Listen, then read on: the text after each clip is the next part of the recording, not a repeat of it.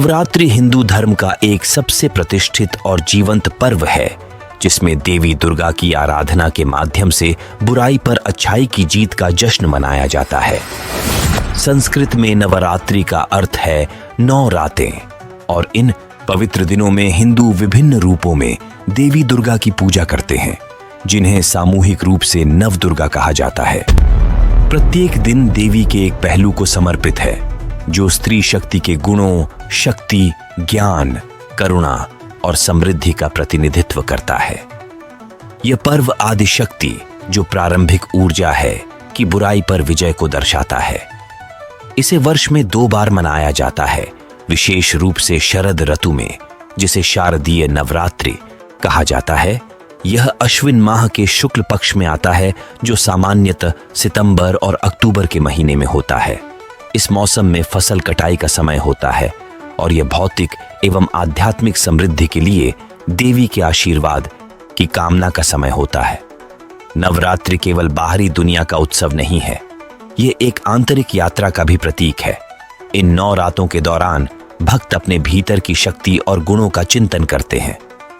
नवरात्रि के 9 दिन अक्सर 3 समूहों में विभाजित होते हैं, जिनमें प्रत्येक समूह एक अलग देवी को समर्पित होता है। दिन 1 से 3 देवी दुर्गा शक्ति की पूजा। पहले 3 दिन देवी दुर्गा को समर्पित होते हैं, जो शक्ति और बुराई के विनाश की प्रतीक हैं। वह मानसिक और शारीरिक अशुद्धियों को हराने के लिए आवश्यक शक्ति और ऊर्जा का प्रतीक है। दिन 4 से 6 देवी लक्ष्मी धन की पूजा। अगले 3 दिन देवी लक्ष्मी को समर्पित होते हैं, जो धन और समृद्धि की देवी हैं। इस चरण में व्यक्ति के विचारों की शुद्धि और एक स्थिर समृद्ध जीवन के निर्माण की प्रेरणा दी जाती है।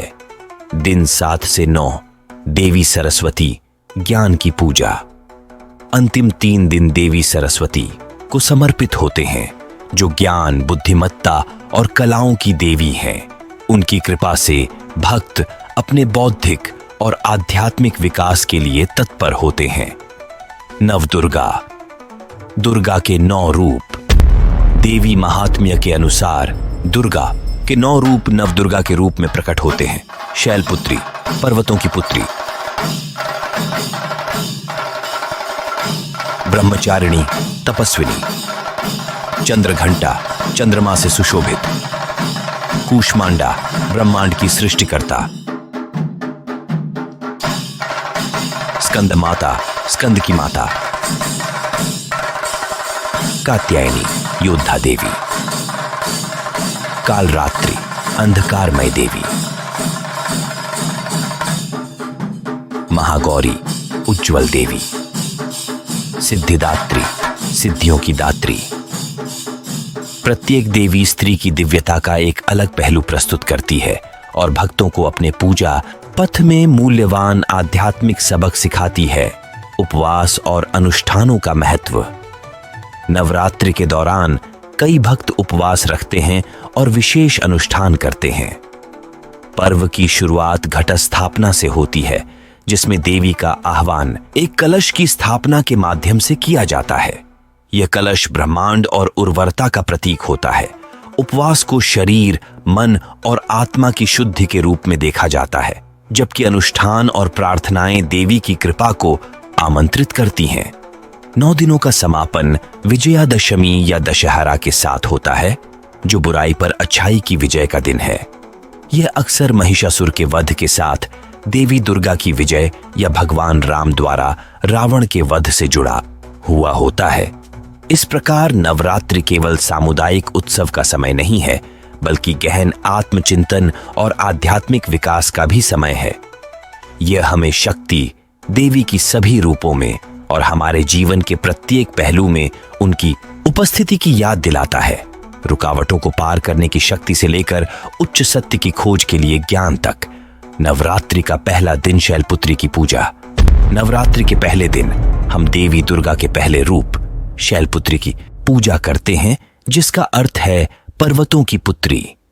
यह 9 दिवसीय पर्व की शुरुआत को चिह्नित करता है, जो स्त्री ऊर्जा, आदि शक्ति, जो सृष्टि और शक्ति का सार्वभौमिक स्रोत है, को समर्पित होता है। शैलपुत्री की कथा। शैलपुत्री देवी पार्वती का एक रूप है और उनका नाम हिमालय के घर में उनके जन्म को दर्शाता है।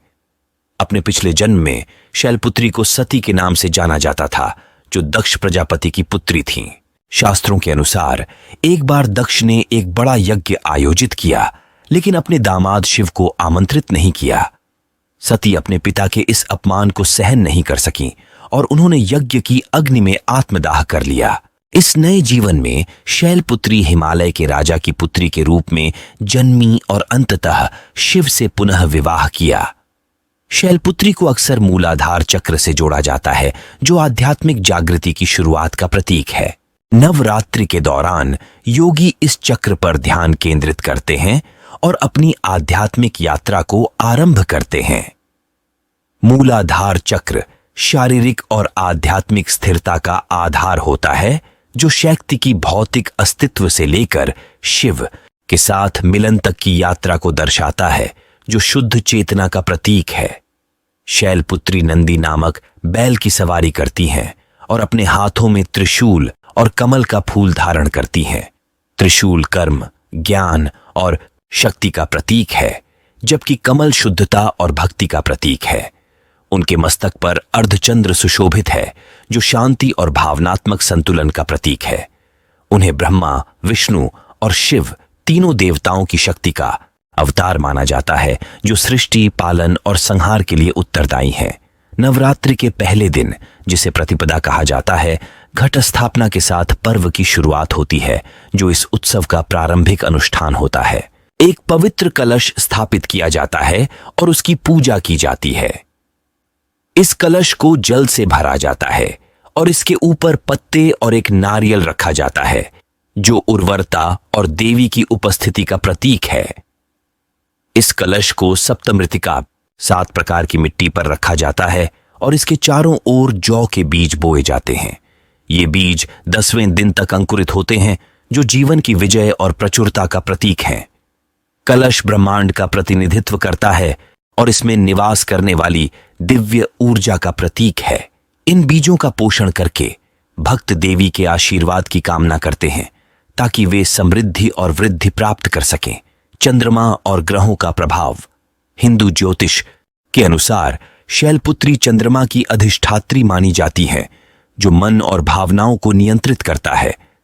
ऐसा माना जाता है कि इस दिन शैलपुत्री की पूजा करने से कुंडली में चंद्रमा के किसी भी नकारात्मक प्रभाव को दूर किया जा सकता है और मन की शांति और भावनात्मक स्थिरता प्राप्त होती है।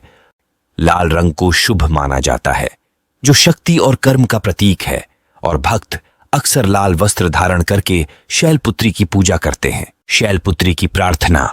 भक्त निम्नलिखित मंत्र का जाप करके देवी से आशीर्वाद प्राप्त करते हैं।